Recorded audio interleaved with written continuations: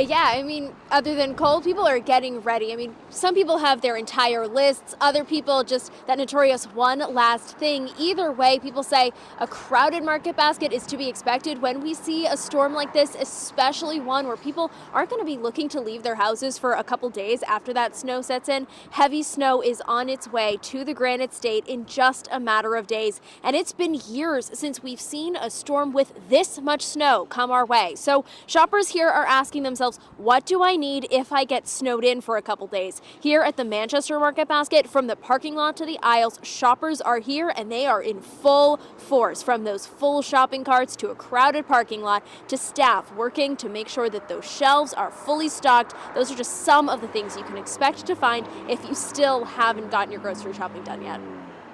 It took me like 3 rounds just to get that parking spot, so I'm expecting very busy, and I'm only in here for a few things. Crazy tight. It's like getting up and down the aisles it's insane. Now, we were in there just a couple of minutes ago, and those checkout lines they do seem to be moving quick. Shoppers tell us they've only been waiting a few minutes to get checked out. This location here in Manchester is open until 9 o'clock tonight, so you do still have some time ahead of you. For now, we're live here in Manchester. Maria Wilson, WMUR News 9.